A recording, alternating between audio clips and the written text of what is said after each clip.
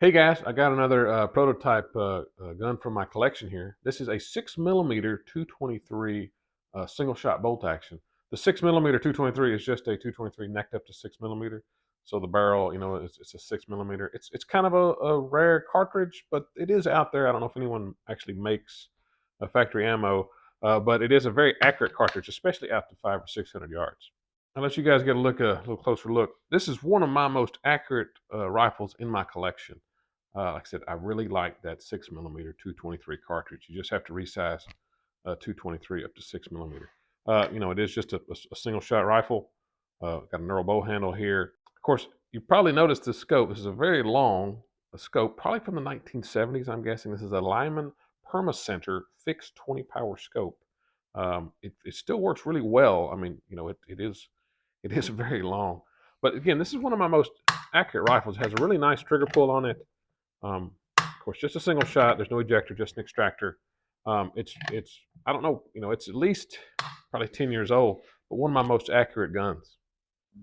This right here is probably one of the best groups I ever shot out of it. I mean, I don't know. That's probably, I don't know, 3/8, if that, maybe a quarter, 5 shot group at 100 yards. But yeah, I mean, when it's on, it's on. And I've got several groups, at a half inch or 3/4 inch. So it's definitely sub-MOA.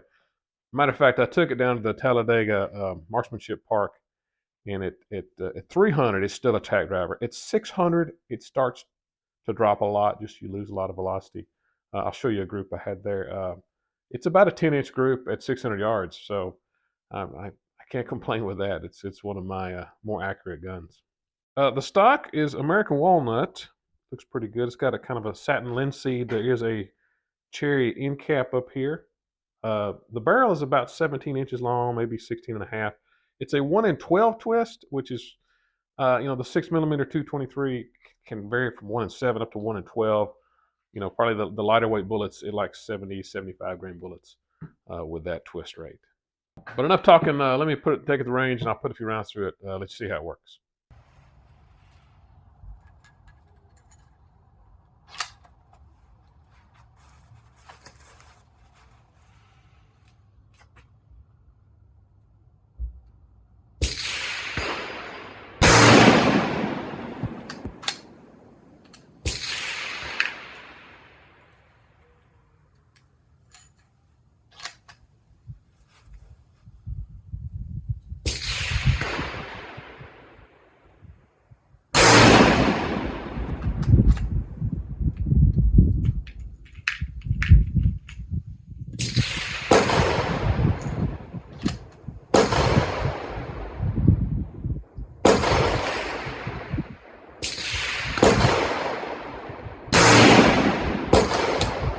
But yeah, a really, really, really neat gun. Like I said, one of my most accurate ones in my collections. Just a little bit more about it. The stock is based roughly off a Winchester Model 70.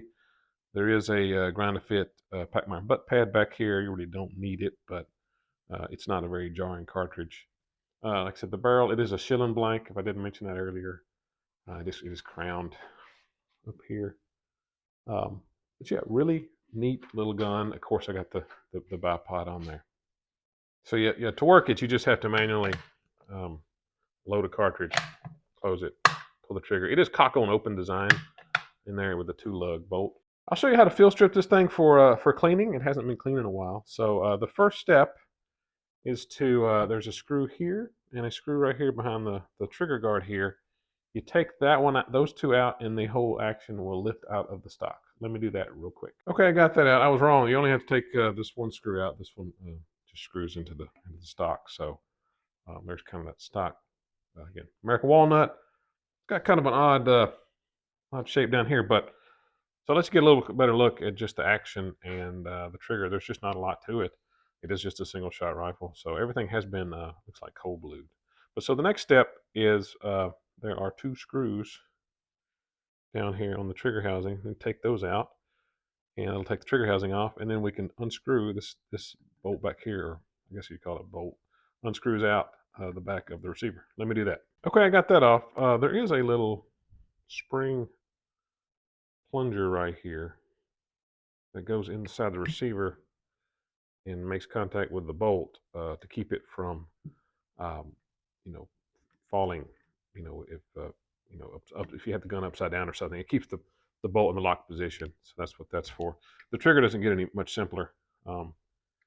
It's just a hook style, trigger. It is not a drop safe trigger, so it's not the kind of gun you'd want to load and walk around with. And there's that plug, the caliber stamped on it.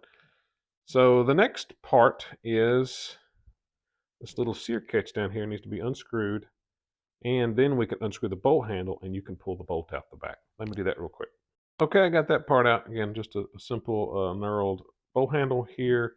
This was that sear catch that screws up inside the bolt. And here's the bolt itself. It's a little oily and gunky, but not a lot to it. You can see where the sear catch rides in there, and that's the ramp to cock on open. And there's a little detent that I said this little guy sits in right here to keep the bolt from wobbling. If the gun was upside down. But yeah, 2 locking lugs, little hook style extractor. Get that focus better. Not a lot to it. Like I said, just a real simple but very accurate little gun. But yeah, I mean the firing pin spring, the firing pin are on there, but you wouldn't take that apart for field stripping. And now you'd have access to the receiver and to be able to clean the barrel. There's a little dried oil in there. I need to get out of there. But that's it, all field stripped. Now it is ready to be cleaned. But to reassemble, what we can do is put the bolt in and put the sear catch back inside and the bolt handle. Let me do that real quick. Hey guys, I do have some books available over on Amazon from some of the guns in my collection. You may find this interesting. If you really like this kind of stuff and want to check out those books, there is a playlist on my channel called Books on Guns, and there'll be a video for each one of these. If there isn't a video, that means this platform does not care for it, and you can check over on Rumble, Garage Guy 3006. There'll be a video over there. Neat gun, and it's a head turner, especially at a range like Talladega that's manned. It's quite a head turner. But I got some compliments on the group, especially at 300 yards. So it's a very good cartridge, especially at 300. At 600 it still works, but it was dropping off a little. The next step is to attach this, this receiver plug, and then we'll put the little divot detent back in here. And finally, just got to make sure the spring is in this little detent hole right here, and screw the trigger housing back on, and that'll put the gun back together. Okay, yeah, now just put the action back in there and tighten that screw up. She's good to go. Hey, I was also going to say real quick, if this really interests you and you want to know more, check my Rumble channel out. It's Garage Guy 3006 over on Rumble. I'll have a more detailed video over there. Okay, back to it. Of course, I want to make sure everything's still functioning right. So yeah, looks good. It's a very, very neat gun, and it has good classic lines. That walnut stock looks real good.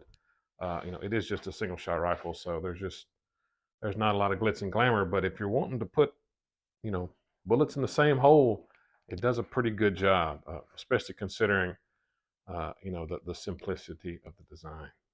But hey, hope you appreciate it, guys. This is one of my favorites. But hey, be safe and God bless. Thanks.